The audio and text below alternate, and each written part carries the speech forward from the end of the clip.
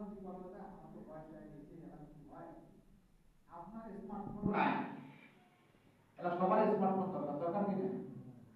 তাই এলাই যদি একটা কিনিয়ে নেয় না কয়দিন লাগবে সব শিখতে কোন আপনি কি আপনার নাতিকে বলতে সব আপনার নাতি শিখিয়ে দিল আপনাকে এটা বলে যে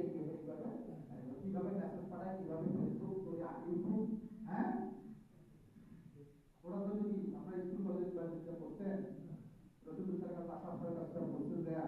আমার প্রাইভেট পড়ান নাহলে পড়ান চালবা পাইনি আছে এরকম ব্যবস্থা দরকার আছে নাই তাহলে এইটা শিখতে আমার কোনো সমস্যা নেই সমস্যা হলো মনের সুন্দরের নাচ আর মিনাল জিন্নাতে শয়তানের ওয়াসওয়াসা আর নফসের ওয়াসওয়াসার কারণে আমরা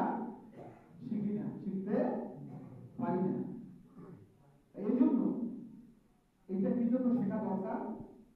আপনি শিখবেন আপনার নাতি পুতি ছেলে মেয়ে পরিবার পরিজন সবাইকে শেখাবেন বহু কথা কোরআনে এটা শেখা এজন্য ভালো আল্লাহ বলছেন ওয়াইদা কুলিয়াত আলাইহিম যাদাতহুম ঈমান আপনি যদি কোরআন পড়েন তাহলে আপনার ঈমান কি হবে বৃদ্ধি পাবে আপনার মোবাইলের চার্জ নাই আপনি কি করবেন তখন হ্যাঁ চার্জার দিবেন এমনি চার্জ হবে কি লাগবে চার্জার লাগবে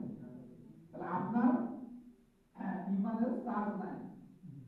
আল্লাহ বলছে ঈমান কি হয়ে যায় বাড়ে কমে এবং কি হয়ে যায় ডিলিট হয়ে যায় ঈমান হারা হয়ে যায় তাহলে আপনার আমার চার্জার কি ঈমান বাড়ার চার্জার কি কোরআন